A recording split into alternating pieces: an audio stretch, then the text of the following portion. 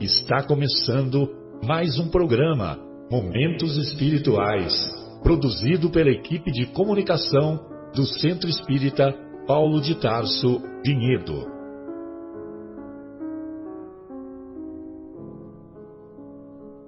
Se guardas contigo o estigma do sofrimento, indagando pela solução dos velhos problemas do ser e da dor, se percebes a nuvem que prenuncia a tormenta e o vórtice traiçoeiro das ondas em que navegas, vem conosco, estudemos a rota de nossa multimilenar romagem no tempo, para sentirmos o calor da flama de nosso próprio espírito, a palpitar, imorredouro na eternidade, e acendendo o lume da esperança, perceberemos juntos, em exaltação de alegria, que Deus, o Pai de infinita bondade, nos traçou a divina destinação para além das estrelas.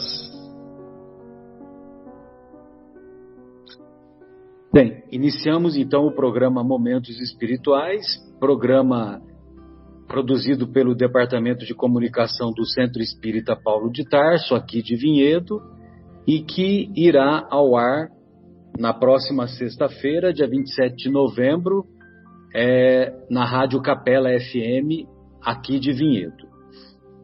Muito bem, hoje estudaremos, na primeira parte do nosso programa, o capítulo 7º de O Evangelho segundo o Espiritismo, o que se deve entender por pobres de espírito. O título do capítulo é Bem-aventurados os pobres de espírito.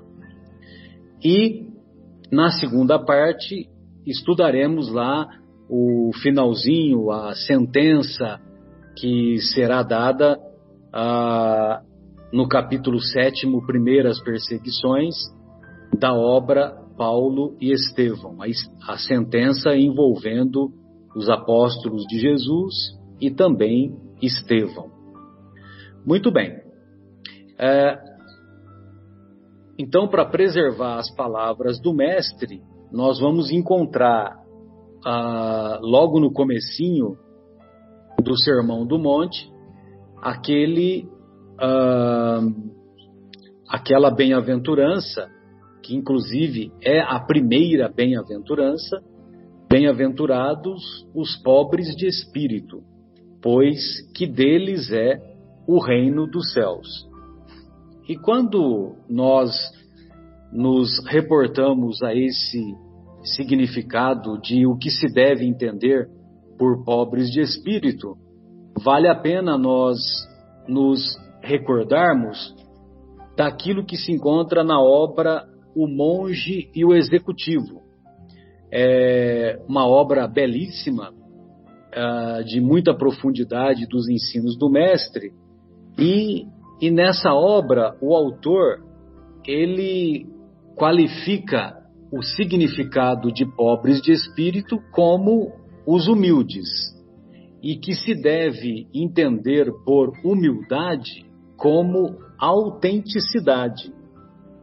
E procurando no dicionário, nós vamos encontrar uma das explicações do significado humildade. Uma das significações é assim: sentimento proveniente do conhecimento dos próprios erros ou defeitos. Então, ser humilde não é ser subserviente, não é baixar a cabeça para tudo, não é ser quase um escravo, mas ser humilde é ser autêntico, é mostrar-se tal qual nós realmente somos, sabedores das nossas virtudes e também, principalmente, conhecedores das nossas imperfeições, das nossas limitações. E é muito legal a gente saber que o reino dos céus está destinado para aquelas pessoas que são autênticas, para aquelas pessoas sobretudo, que não entram em contradição o seu comportamento aliado àquilo que ele prega, ou seja, aquele que se distancia da hipocrisia. Poucas coisas Jesus combateu.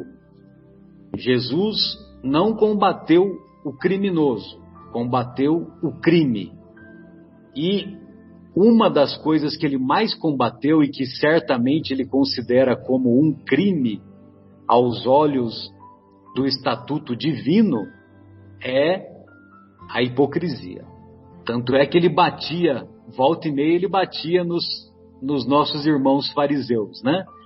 E nós também podemos constatar com tristeza do nosso coração que muitas vezes nós nos portamos como os fariseus de antigamente. Nós pregamos aquilo que não fazemos muitas vezes. Tomara que nós busquemos o equilíbrio e busquemos esse entendimento de que os nossos atos estejam mais em conformidade com as nossas pregações. Muito bem. Podemos começar pelas damas hoje ou não, Adriana? Podemos. Só tem uma dama, né? Mas tudo bem. Hoje eu, né? Só temos uma dama, encarnada, né? É verdade. Importante. Bom, boa tarde a todos. É muito bom estar com vocês mais uma vez. Como hoje tem muitas pessoas que eu também quero ouvir, eu vou falar bem pouquinho, só completando aquilo que você colocou, que realmente a humildade é uma virtude essencial para que a gente, a verdadeira humildade, né? É uma virtude essencial para que a gente possa realmente seguir no caminho de Jesus, né? Porque um exemplo maior de humildade a gente não poderia ter tido outro senão ele, né? E realmente a humildade, ela aproxima a gente de Deus, né? Enquanto que o oposto, né, o nosso orgulho, esse sentimento que faz a gente se achar um pouco melhor ou muito melhor do que os outros, seja materialmente, intelectualmente, né, faz com que a gente deixe de aprender e é uma coisa que nos afasta de Deus, né? E inevitavelmente todos nós vamos desencarnar, né? Uns antes, outros depois, e nós vamos despertar para a nossa verdadeira vida e vamos ver se realmente aquilo que nós fizemos nessa existência aqui, se nós realmente praticamos, né, essa humildade, ou se a gente praticou mais esse orgulho, né, que ainda a gente carrega dentro do nosso ser, ainda que precisa ser muito trabalhado, né? E eu achei interessante que nesse capítulo, né, Jesus dá o exemplo das crianças, né? Ou seja, a simplicidade de coração, né? E essa simplicidade de coração também se assemelha a essa humildade, né, que Jesus fala, né? Ou seja, a criança, ela não vê nada diferente, né? Eu vi outro dia um vídeo e um pai chama o filho para ver várias fotos. Tinham 4 quadrinhos, as mesmas crianças, e ele pergunta para a criança falar o que ela está vendo, né? E a criança fala com uma simplicidade, ele fala o que ele está sentindo da foto, né? E não o que ele está vendo, a diferença de cor, se um é mais bonito, se outro é feio, se um é preto, branco, amarelo, enfim, ele fala... Olha, eles estão se abraçando, ela está apertando a bochecha da outra criança, enfim. Então essa simplicidade, né, de coração que as crianças têm, eu acho que é um exemplo feliz que Jesus deu mais uma vez para que a gente possa entender que a gente vai perdendo essa pureza de coração à medida que a gente vai crescendo. Acho que talvez como uma forma de defesa, ou a gente realmente vá despertando para aquilo que a gente ainda carrega das existências passadas, né? Aquelas coisas que a gente ainda justamente está aqui para trabalhar, né? O orgulho, a vaidade e esse desprendimento de sentimentos negativos que a gente ainda traz. Então eu vou ler só um trechinho de um livro do Chico Xavier, né, por Emmanuel. O livro chama Dinheiro. Ele diz assim: bem-aventurada será sempre a pobreza que sabe se enriquecer de luz para a imortalidade. Porque o rico ocioso da terra é o indigente da vida mais alta. E o pobre esclarecido do mundo é o espírito enobrecido das esferas superiores, que será aproveitado na obra de Deus. Ou seja, se todos nós vamos desencarnar, isso é a única coisa que a gente tem a certeza. E a gente sabe que a gente vai acordar para essa realidade, que a gente possa trabalhar para a gente não ser um rico ocioso da terra, né, e o indigente no plano espiritual, mas sim um pobre de espírito, mas com coração enobrecido, né, e que a gente possa ser os trabalhadores aí do nosso mestre e continuar seguindo, sempre auxiliando o próximo e também nos beneficiando desse amor, né, desse sentimento que Jesus tanto nos ensinou enquanto esteve conosco.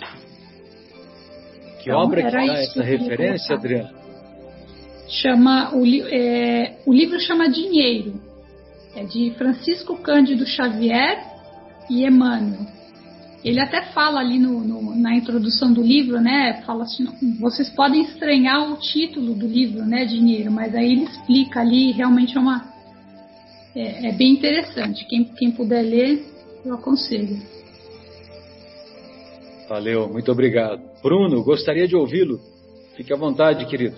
Olá, pessoal. Muito bom, obrigado pela oportunidade.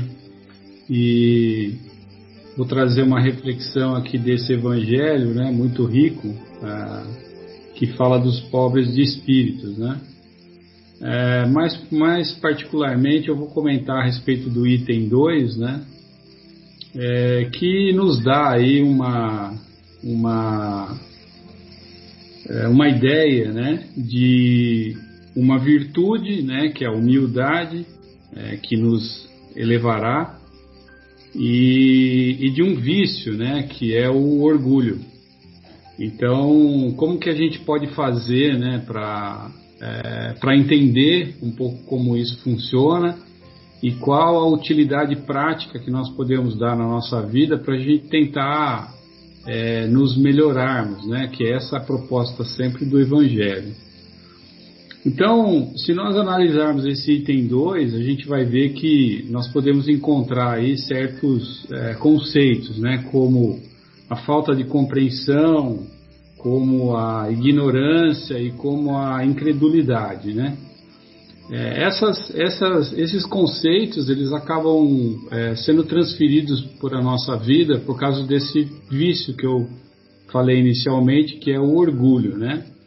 Então, tentando entender um pouco o que é esse vício na nossa vida do orgulho, eu fui buscar lá que o orgulho basicamente tem 3 significados.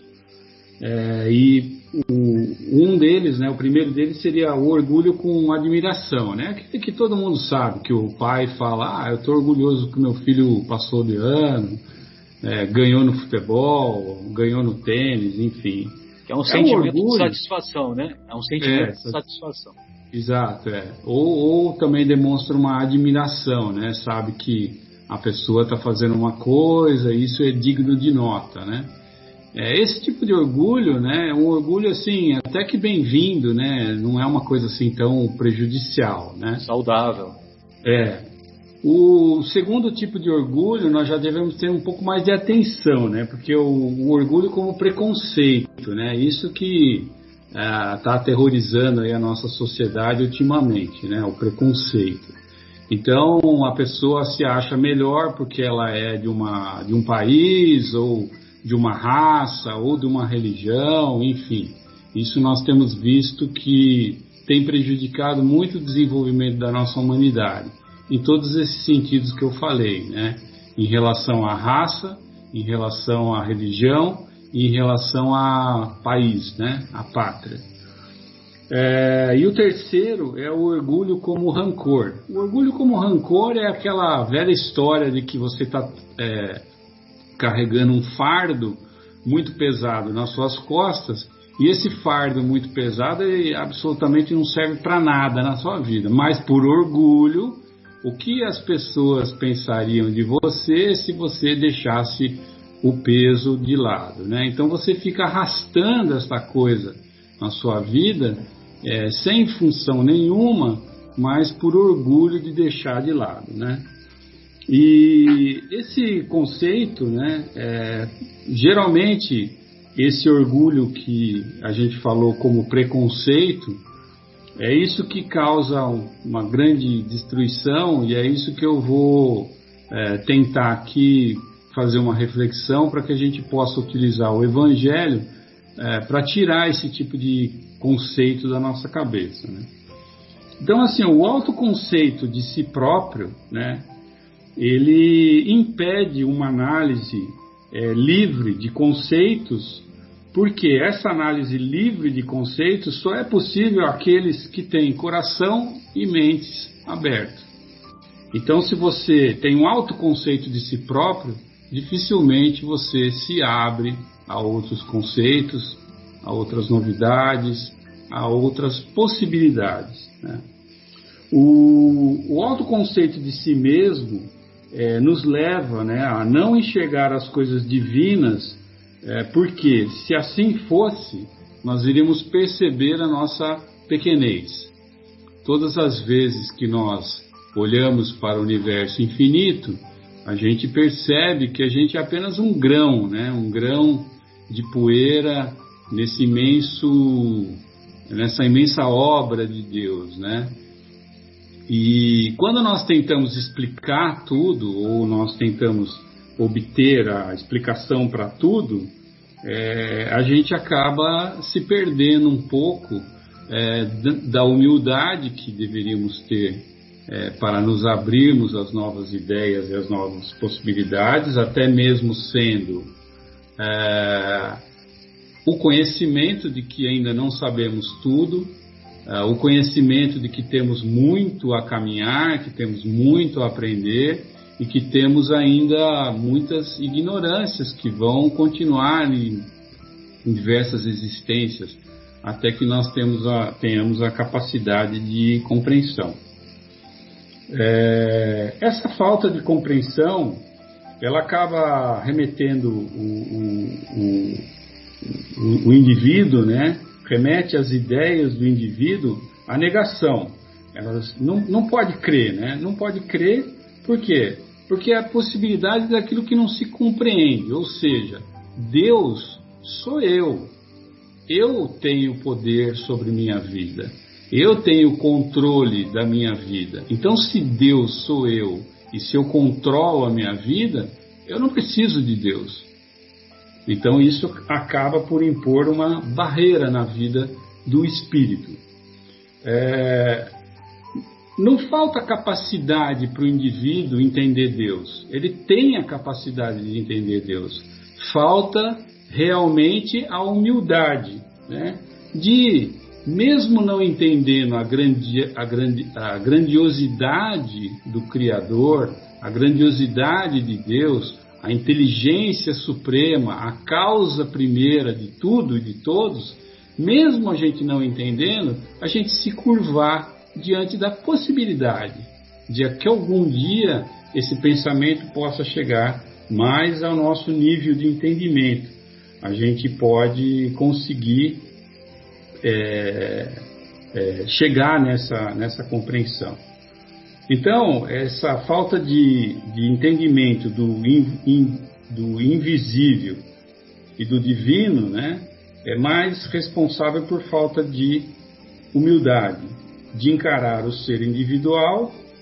Não está no controle de tudo, né? A gente não está no controle de tudo, nem da nossa própria vida, nem dentro da nossa residência, nem dentro do nosso planeta, do nosso país, da nossa pátria, da nossa religião. Nós não estamos no controle de tudo. Nem a autoridade, nem a autoridade. Estar abaixo de uma potência que não se pode controlar, né? Então isso daí é a exacerbação do orgulho, né? Você não consegue controlar, então logo aquilo não existe, né? Agora, dentro do Evangelho, de tudo aquilo que eu estudei, que eu li, né? Existe um conceito que eu acho errado, que as pessoas falam assim, não, eu tenho que sofrer. Não tem que sofrer, a opção é sua. A opção é sua. A gente tem que saber, pelo estudo do Evangelho, que existem os dois caminhos. A possibilidade dos conhecimentos do indivíduo, eles apenas serão assimilados quando forem vividos. Isso é uma escolha do indivíduo.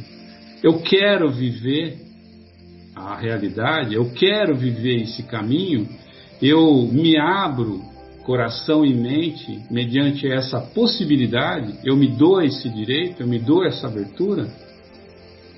É importante a gente lembrar nesse conceito que dois tipos de pessoa, um que aceita caminhar pela possibilidade do entendimento e o outro que é o recalcitrante, né, que luta contra, que não aceita, que não acredita. O que ele faz? Ele não pode ter o mesmo tratamento daquele que se alinha, daquele que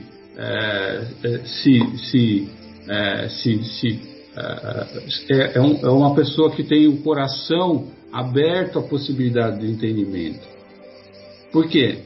Diante da existência de um Deus soberanamente bom e soberanamente justo, é lógico que as oportunidades vão estar disponíveis para ambos. Ambos vão ter a possibilidade do caminho. Todos terão a oportunidade. Aqueles que tiver, como Jesus dizia, olhos para ver, né, Jesus se referia dizendo, aqueles que têm olhos para ver, eles não necessitam de sofrimentos. Eles vão procurar o caminho com mansidão, com docilidade, eles vão ser resilientes, né, ao caminho, né? Então, eles estão principalmente diante dessas possibilidades se alinhando e respeitando as leis divinas, propondo a reforma íntima, ao entendimento dos seus sentimentos e por aí vai. E aqueles mais recalcitrantes, aqueles que estão contrários, que não acreditam, que acham que estão que têm o controle absoluto de tudo na sua vida, o que eles vão fazer? Eles vão promover uma barreira na sua própria compreensão. Essa barreira, essa negação em não se abrir para a possibilidade do caminho, isso é que vai causar os sofrimentos. Isso é que vai causar a dor. Isso é que vai fazer com que ele tenha que percorrer esse caminho do sofrimento. Porém, é importante lembrar, eu tenho um professor, né, que me deu aula, quando ele falava alguma coisa que ia cair na prova, ele falava assim, isso aqui é importante saber, hein? Isso aí é importante saber. E aí ele falava uma coisa que todo mundo guardava porque ia cair na prova. Então, olha, é importante saber, Deus está no mesmo lugar para os dois, para os quem têm olhos para ver e para os recalcitrantes. Deus está no mesmo lugar. O que vai variar é o caminho. E o caminho é a escolha de cada um. É a sua individualidade. Então, se uns demoram mais para chegar até Deus, não adianta culpar a Deus. Deus não é culpado. Deus está no mesmo lugar. Apenas você que não soube usar o melhor caminho, o caminho mais curto, o caminho da compreensão. É muito fácil colocar a culpa em Deus, né? É fácil, né? É fácil. Mas isso é reconfortante, porque Deus sempre vai estar lá. E a postura de Deus sempre vai ser uma só. Ele está lá com a mão estendida, esperando a gente chegar, né? Então, o caminho vai variar de acordo com as nossas escolhas, né? Então, por isso que a gente vê que em determinadas vidas, o Emmanuel nos conta muito isso através do seu próprio exemplo, né? Posições mais elevadas, né? Ele foi o Públio Lentulus, né? E depois, na próxima encarnação, descem na existência seguinte as mais ínfimas condições. Ele foi o escravo Nestório, né? Nestório. O que causou isso daí? O orgulho. A exacerbação do poder, levando ele a trilhar na próxima encarnação o caminho da dificuldade, o caminho para que ele pudesse aprender a lição da humildade. Então, só terminando aqui para dar mais ou menos um caminho que eu acho viável, possível e não tão difícil assim, quando nós reconhecemos, né? O importante é reconhecer, a primeira coisa. Então, uma formulazinha. Primeira coisa mais importante, nomear os sentimentos. É sempre um primeiro passo no processo da conscientização. É importante a gente perceber quando nós estamos sendo orgulhosos. Não aquele orgulho para com o filho, mas aquele orgulho do preconceito, aquele orgulho do rancor, quando nós estamos sendo cabeça dura, né? Costumamos falar, cabeça dura. Então, nomear os sentimentos é o primeiro passo para o processo de conscientização. 2. Avaliar se o sentimento é útil ou inútil, porque se ele for inútil, se a gente está carregando aquele peso e não serve para nada na nossa vida, para que nós estamos levando isso adiante? Então é importante a gente nomear se o sentimento é útil ou inútil, se faz bem ou se faz mal, porque muitos de nós ainda carregamos coisas que nos fazem mal, extremamente mal, e a gente leva como se aquilo fosse um prêmio. Então, analisar, né? E saber também por que apareceu, né? Por quê? Por que apareceu? E o terceiro é encontrar uma forma de alterar o modo como sentimos. Uma forma eficaz, encontrar sentimentos diferentes. Então, o que é você tentar fazer? É você, eu estou sendo orgulhoso, então como eu seria se eu estivesse sendo humilde? Qual era a minha postura? Como eu reagiria com humildade?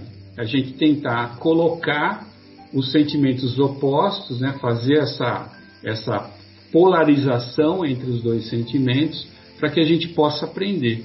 Aí a gente vai estar fugindo daquilo que o item 2 estava dizendo, que é o quê? Né? A falta de conhecimento leva à incredulidade por causa do nosso orgulho.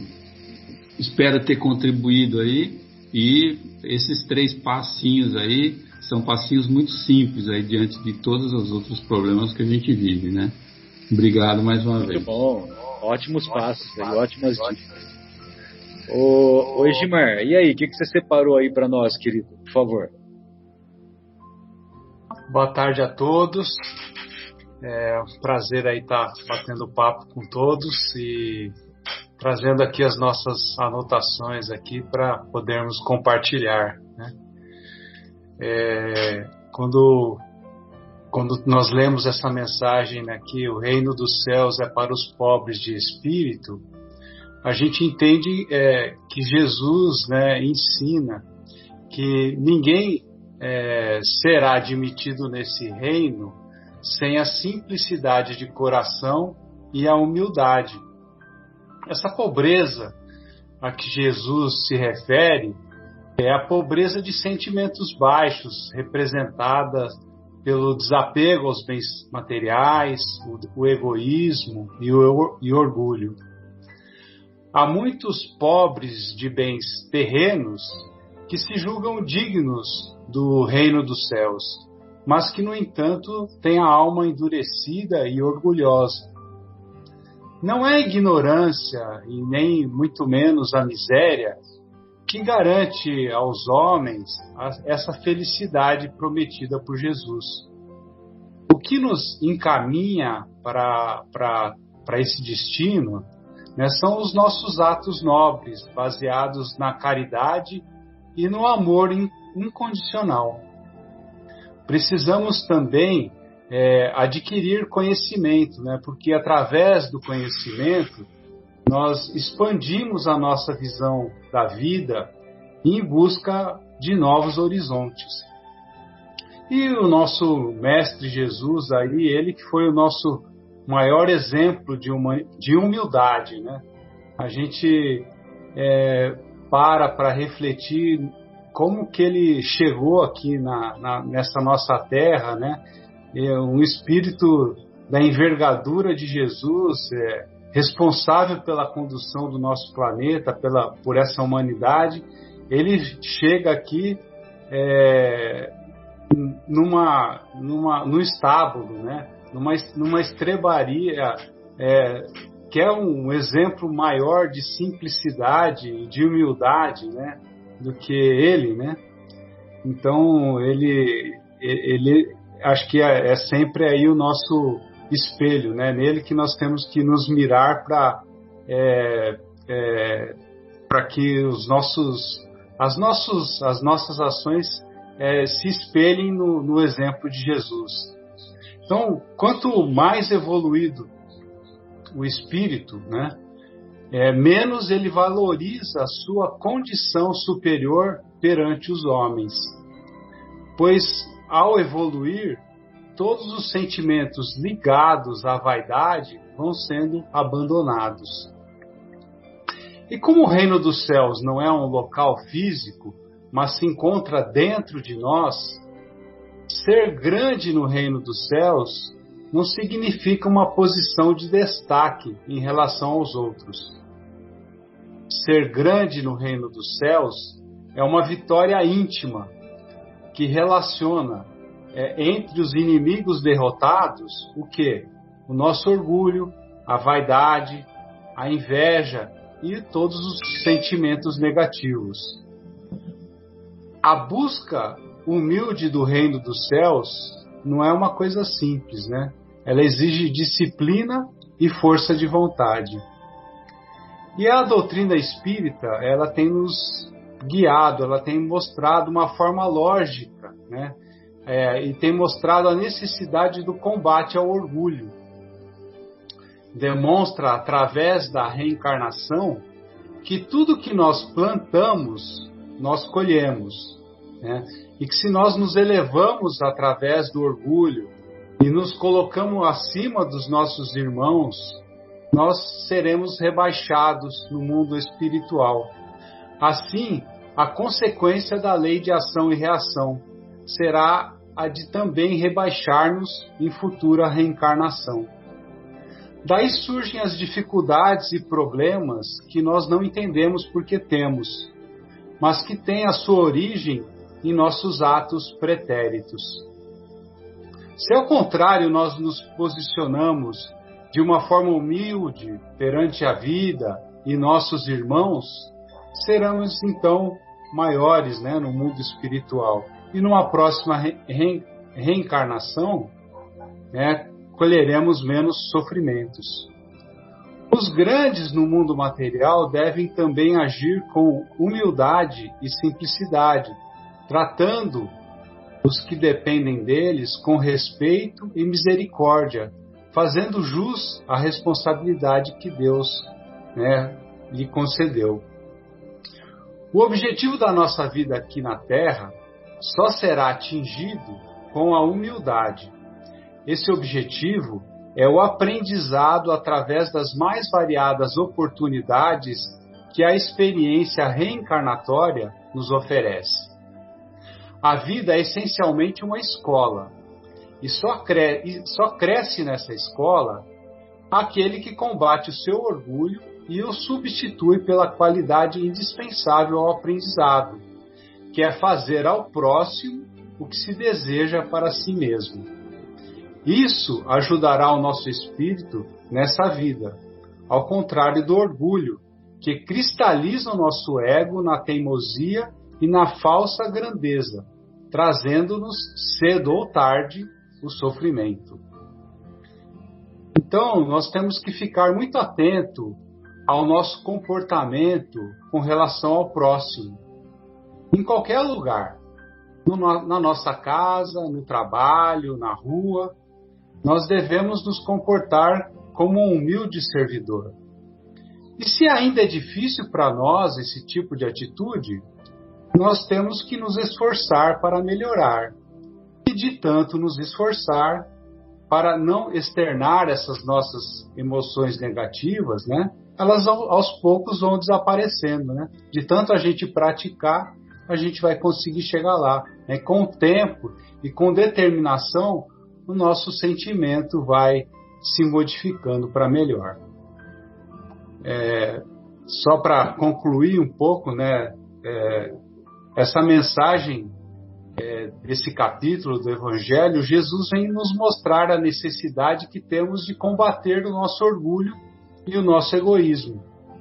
E para isso, então, nós precisamos ser verdadeiramente pobres de espírito, ou seja, humildes, reconhecendo que ainda temos muito a crescer espiritualmente. Nós devemos buscar o conhecimento, a riqueza interior, deixando as aparências exteriores para um segundo plano, e assim cultivando a humildade e a caridade, que nós alcançaremos esse reino dos céus. Era essa a minha pequena colaboração.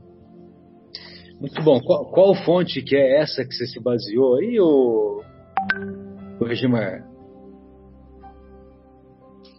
Precisa habilitar, dá uma habilitada no... Você desabilitou o microfone. Opa, foi um apanhado geral, né? A gente foi pegando dos nossos resumos aqui, dos nossos estudos, e eu não lembro todas as fontes, não. Não, beleza. Muito bacana. Afonso, gostaria de ouvi-lo, querido. Como devemos acabar com esse negócio chamado orgulho dentro de nós?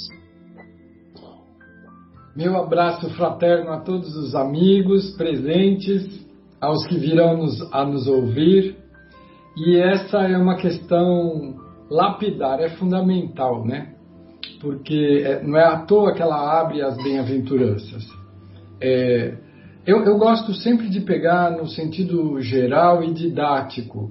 Eu preciso entender para poder estabelecer alguma mudança. E acho que isso é típico do ser humano, né? Nós temos ouvido essa rogativa do Cristo há 2000 anos. Mas em algum momento nós precisamos parar e entender o que isso quer dizer e como é que isso pode nos tocar, nos alcançar de forma prática.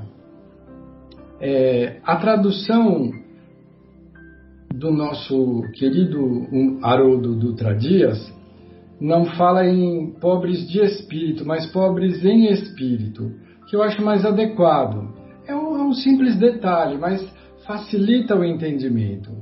O fato é que eu me atenho ao reino dos céus, porque a afirmativa é bem-aventurados os pobres de espírito, porque deles é o reino dos céus. Esse reino dos céus que o nosso querido Egimar, e acho que o Bruno também acabou nos falando, nos lembrando, é um estado de alma, né? Não é um lugar físico, mas é a forma como nós precisamos agir para poder assimilar as verdades e crescer, que é o nosso objetivo último. Ô Fábio, fala pro Afonso o que é esse tal de reino dos céus, que ele ficou em dúvida agora. Que o Hanan nos ensinou, Tá que Jesus nos ensinou no diálogo com o Hanan. É a obra divina no coração do homem. Poético, né, Fábio? A obra divina no coração do homem.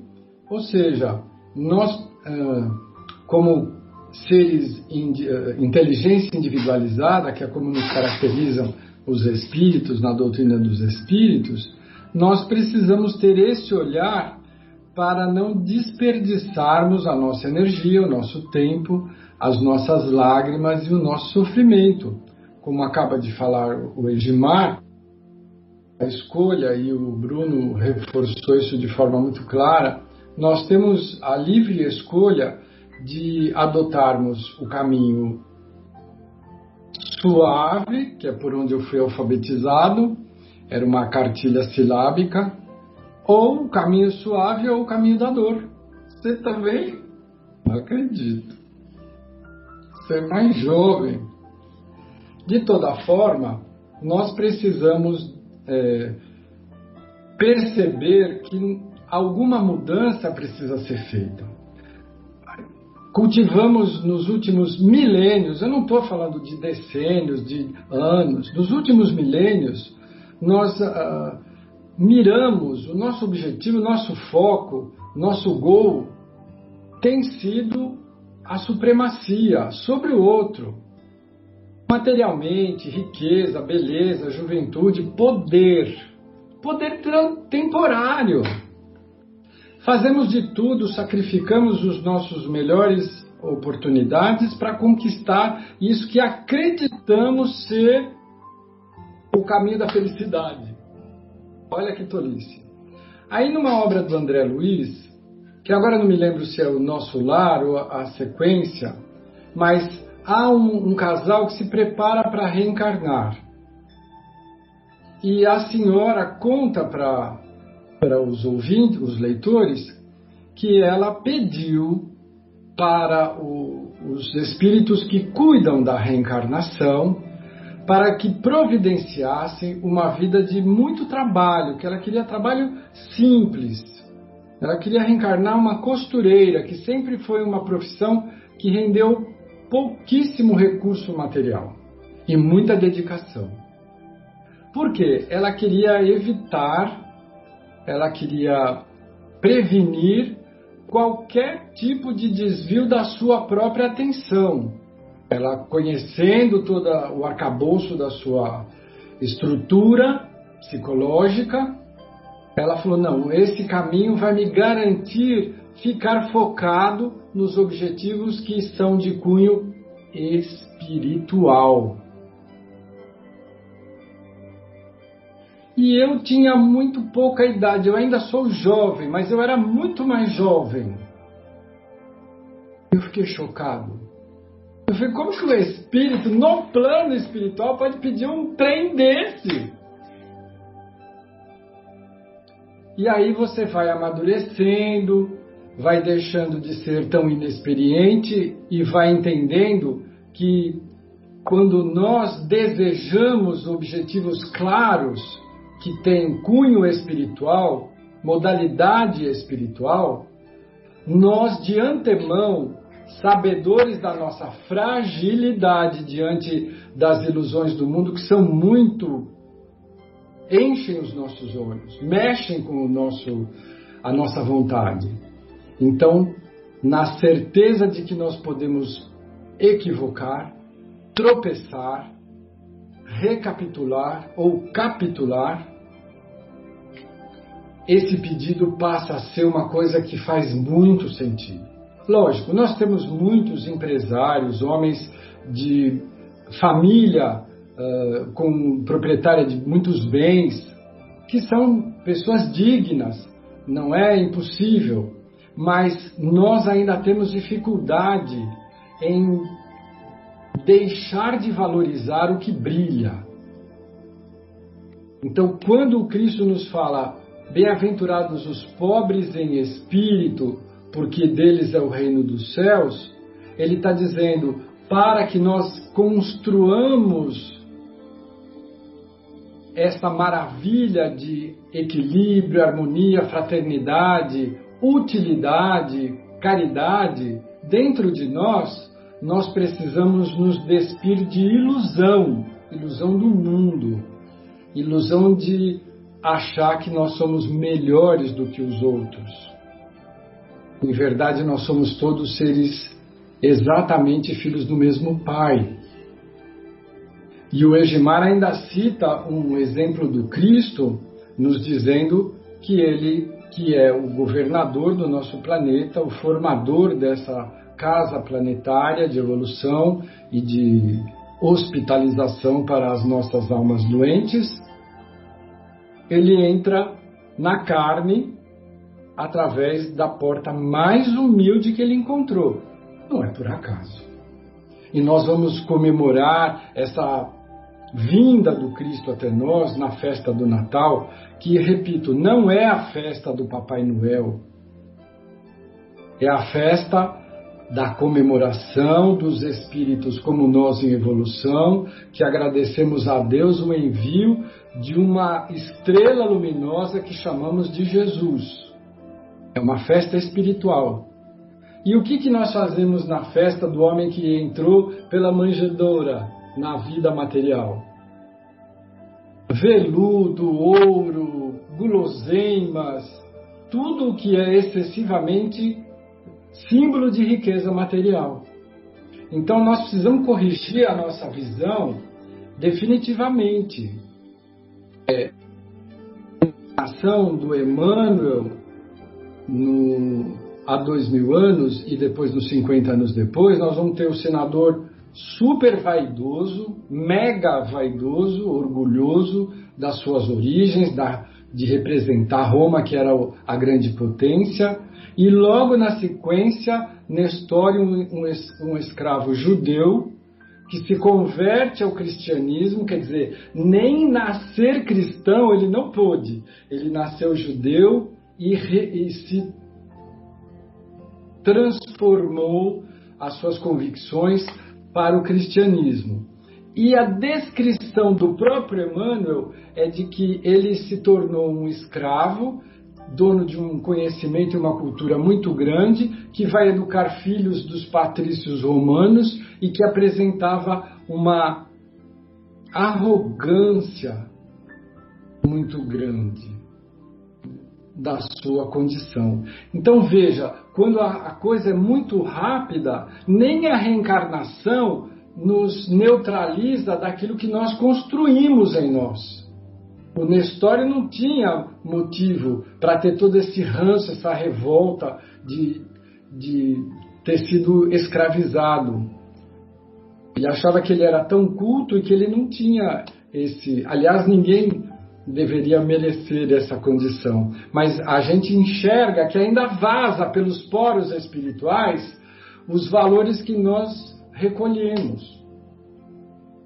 E quantos que nós convivemos na nossa vida do dia a dia, pessoas de posições simples, sem recursos, sem expressividade social, temporal, né? Mas que são um poço de orgulho e de amargor.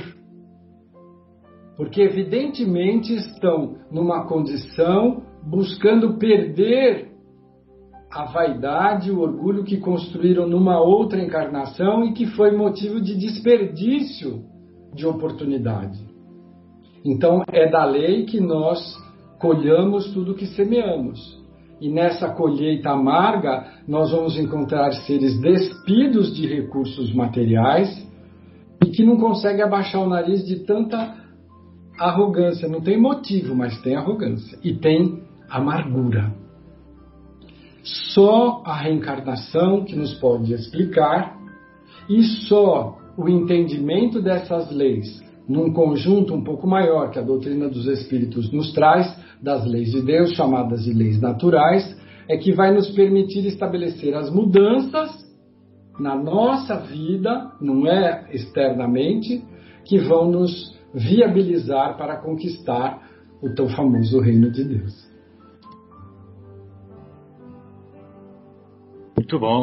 Muito bom, Afonso. Ô Folharini, o que você separou aí para nós, querido? Por gentileza. Ô Marcelo, lógico, de uma maneira mais simples, assim, menos extenso, eu defino pobres em espírito como sendo simplicidade no conviver e humildade no agir. Então, portanto, vale, nesse meu entendimento, conforme nos ensina o próprio Kardec, que o mais simples de coração e humilde em espírito do que aquele que é o egoísta, aquele que o egoísmo domina, aquele que o orgulho conduz, e que a arrogância ofende e agride. Então, assim, eu vejo que Jesus nos mostra, como em Mateus 18, 1 a 5, quando ele ensina aos discípulos, né, que para se entrar no reino dos céus, temos que agir como as crianças.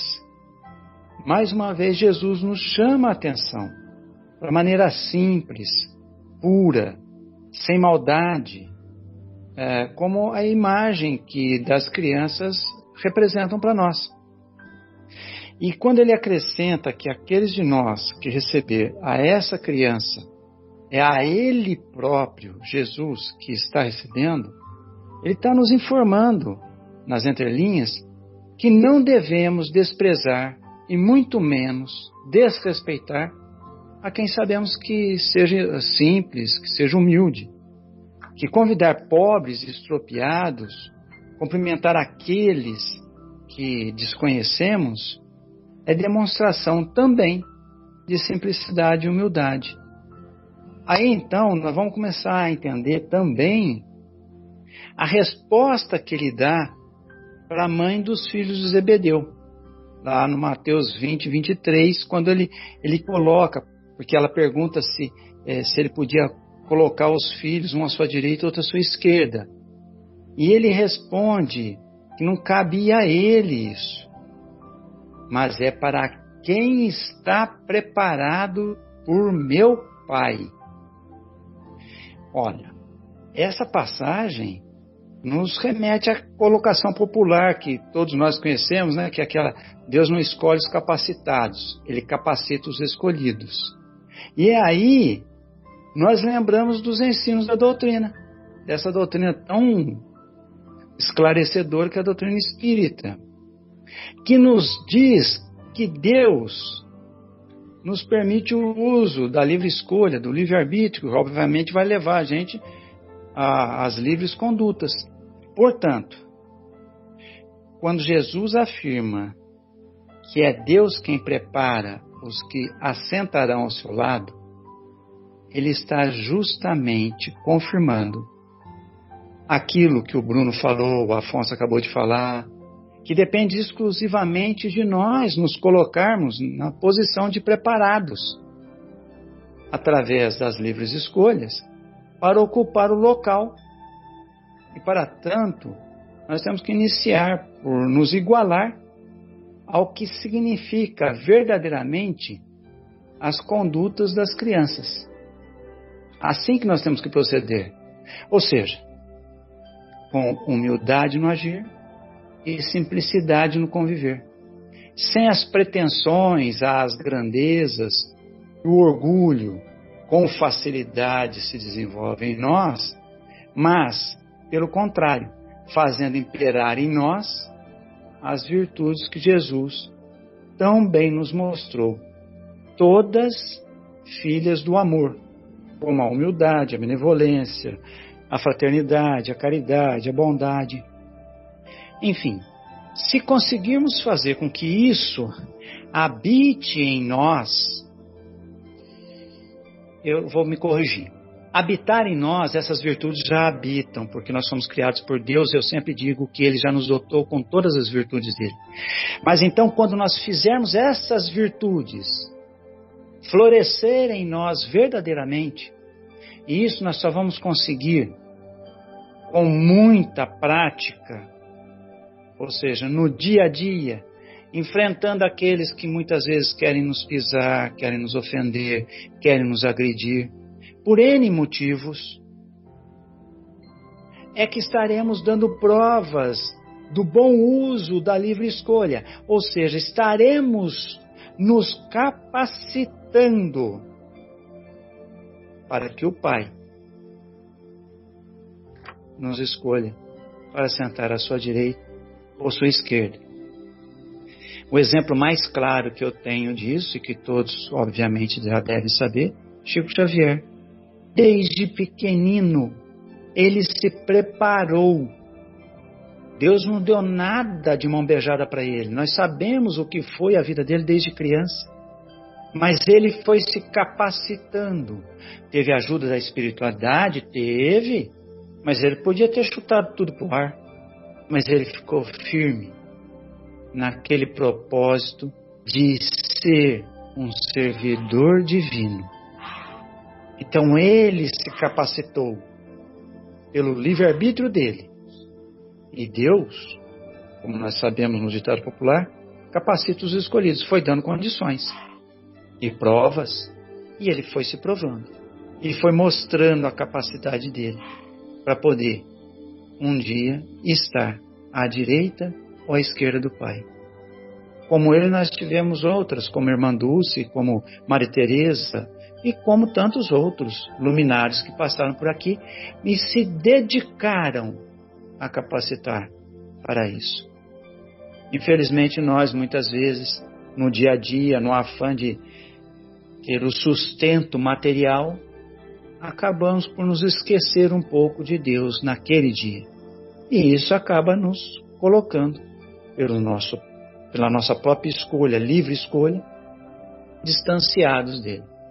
Então eu vejo assim, pobres em espírito é agir na simplicidade, na convivência e na humildade. É isso. Se nós conseguirmos isso constantemente, estaremos facilitando a vida de Deus, nos capacitar, nos preparar para estar à sua direita ou à sua esquerda. Era isso que eu tinha preparado aqui para poder falar para vocês, e espero ter contribuído aí com uma gotinha de água no oceano. Obrigado pela atenção. Pois é, Zé, e as virtudes do que você falou aí do nosso querido Chico, da Irmã Dulce, da Madre Teresa, Albert Schweizermann e tantos outros, Viktor Frankl, eles tiveram essas virtudes cultivadas ao longo da vida e elas cresceram e se desenvolveram como o cedro, naquela que está escrito lá naquela mensagem maravilhosa do Espírito de Verdade no capítulo anterior, né? A vida é a prova escolhida durante a qual vossas virtudes cultivadas devem crescer e se desenvolver como o cedro. Fabinho, gostaria de ouvi-lo, querido. Obrigado, Marcelo. Obrigado, amigos, pela chance de estudar um pouquinho para que isso venha nos transformar, né?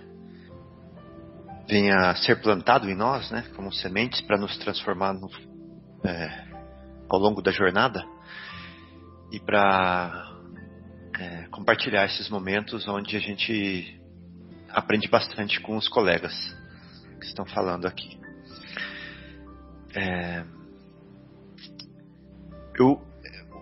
Eu fui ver algumas outras passagens sobre espírito e peguei uma que eu achei bastante interessante no Evangelho, naquela conversa com Nicodemos, onde Nicodemos vem fazer uma pergunta para Jesus, né? Ele fala assim: Rabi, bem sabemos que és mestre, vindo de Deus. Por que ninguém pode fazer estes sinais que tu fazes, se não for com ele? E aí ele fala: como pode um homem nascer sendo velho? Não, desculpa. E Jesus lhe disse: na verdade te digo, que aquele que não nascer de novo não pode ver o reino de Deus. Então disse-lhe Nicodemos: como pode um homem nascer sendo velho? Pode porventura tornar a entrar no ventre de sua mãe? E aí vem a parte que eu queria ressaltar aqui, né? Ele fala assim: na verdade te digo, que aquele que não nascer da água e do Espírito não pode entrar no reino de Deus. E aí aqui está a palavra Espírito, em contraste com a palavra água, né? Então ele fala que nós temos que nascer da água e do Espírito para entrar no reino de Deus. E nessa passagem que nós estamos estudando, né, é necessário ser pobre de espírito, né, para estar no reino de Deus. Né? E aqui ele fala, nascer da água e do Espírito para entrar no reino de Deus. Há uma semelhança, não há? Entre essas duas frases. Aí ele fala assim, para explicar, o que é nascido da carne é carne. Né? O que é nascido do Espírito é Espírito. Então ele está separando. Tem duas coisas bem diferentes. Uma coisa é carne, a outra coisa é Espírito. E é preciso nascer de novo das duas coisas. Né? Então ele fala assim, para explicar o Espírito. Não, antes, só para explicar a carne, né? Da água, né? Ele compara a água com a carne, né? Ele fala nascer da água e nascer do Espírito.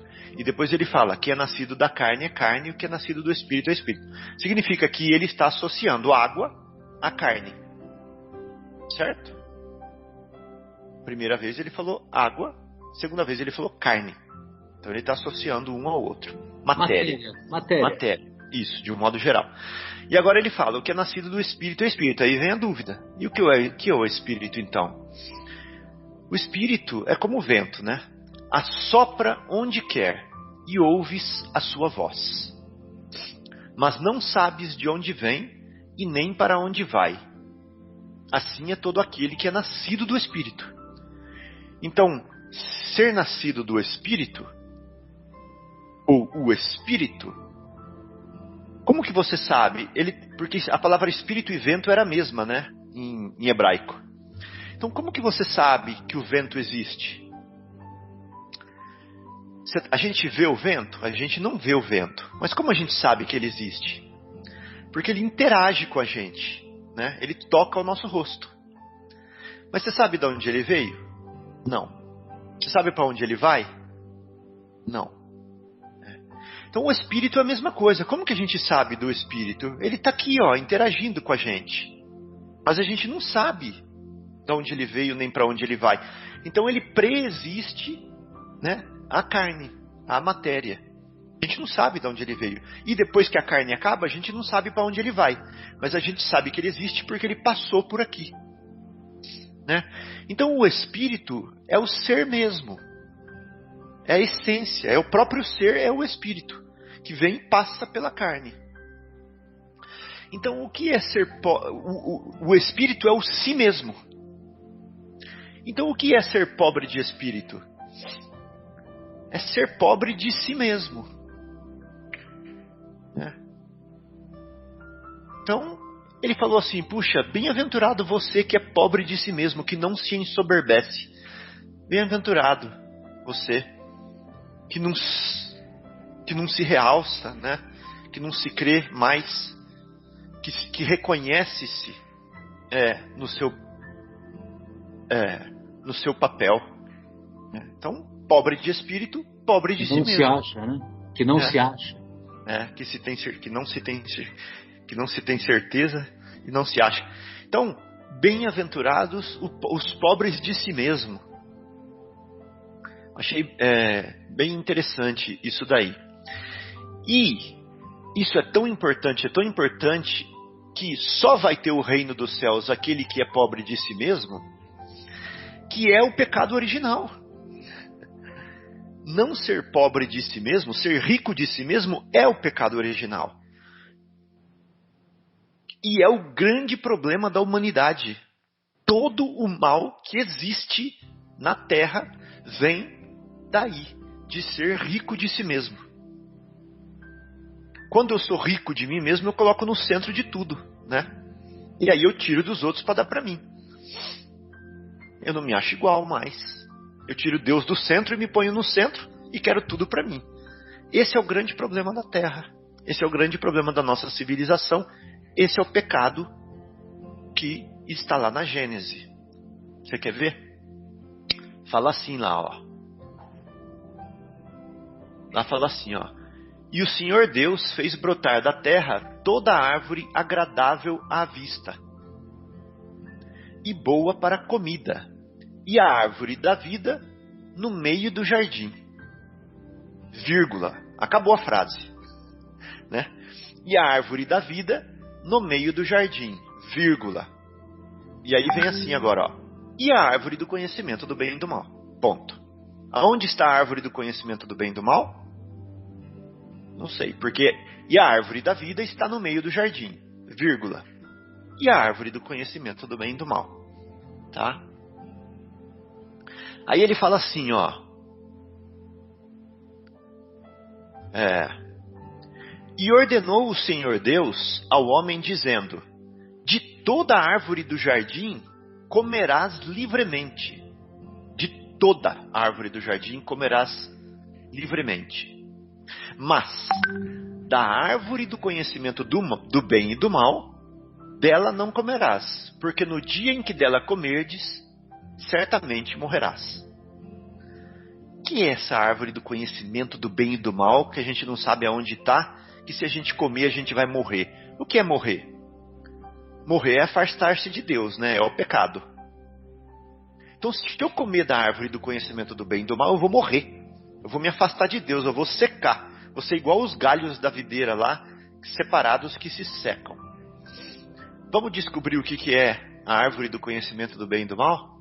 Que é o pecado? Aí no capítulo 3 de Gênesis fala assim, ó. Ora, a serpente, nós conhecemos a serpente, né? A serpente era o mais astuto dos animais selvagens que o Senhor tinha feito. E ela perguntou à mulher: foi isto mesmo que Deus disse, não comam nenhum fruto das árvores do jardim?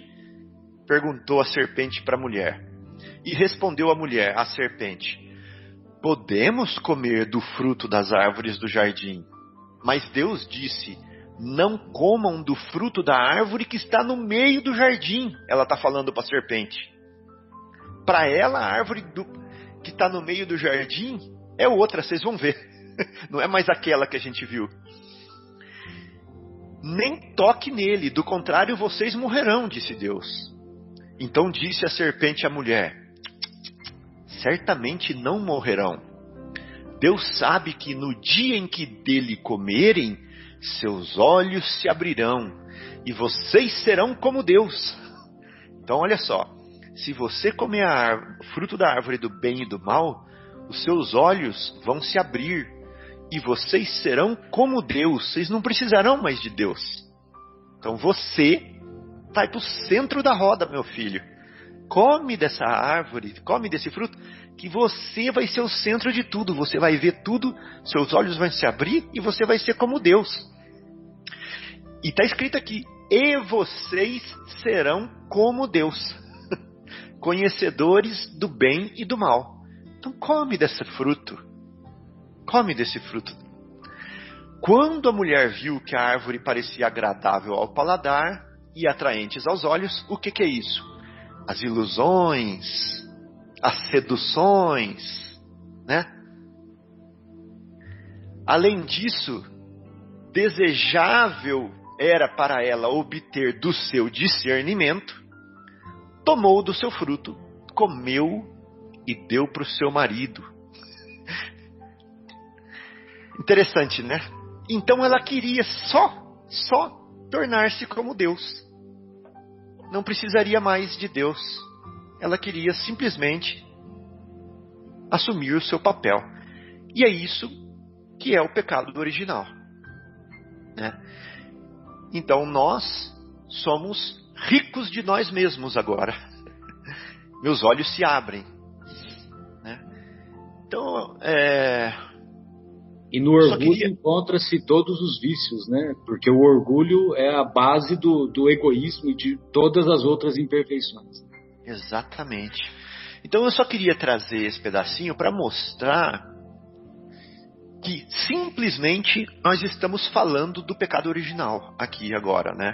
Ou seja, nós estamos falando daquilo que nós pensamos assim: ah, mas eu não cometi o erro que a Eva cometeu. Por que eu tenho que, do suor do meu rosto, angariar o pão?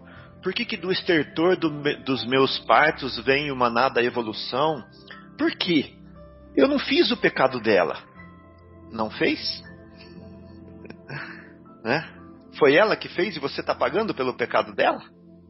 Tem certeza que você não cometeu o pecado dela? Né?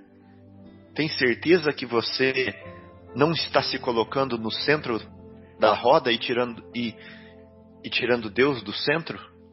Tem certeza que no meio do jardim está realmente a árvore da vida? No meio do seu jardim está a árvore da vida, que é Deus? Ou qual árvore está no centro do seu jardim? Eu acho que na árvore no centro do meu jardim, quando eu acordo, quando eu vou dormir, quando eu estou com dificuldades, quando eu planejo minha vida, quando eu penso em infelicidade, acho que não está a árvore da vida no centro disso tudo. Acho que não está. Acho que é outra árvore que está. Então, meu amigo, eu estou no pecado original ainda. Ainda, né? Então é esse... E se eu estou no pecado original, eu não posso estar no reino de Deus. Não posso estar. Então é só uma reflexãozinha para nós. Muito bom, Fábio. Bela reflexão. Bem, amigos, então encerramos a primeira parte do nosso estudo e retornaremos em seguida após a pausa musical.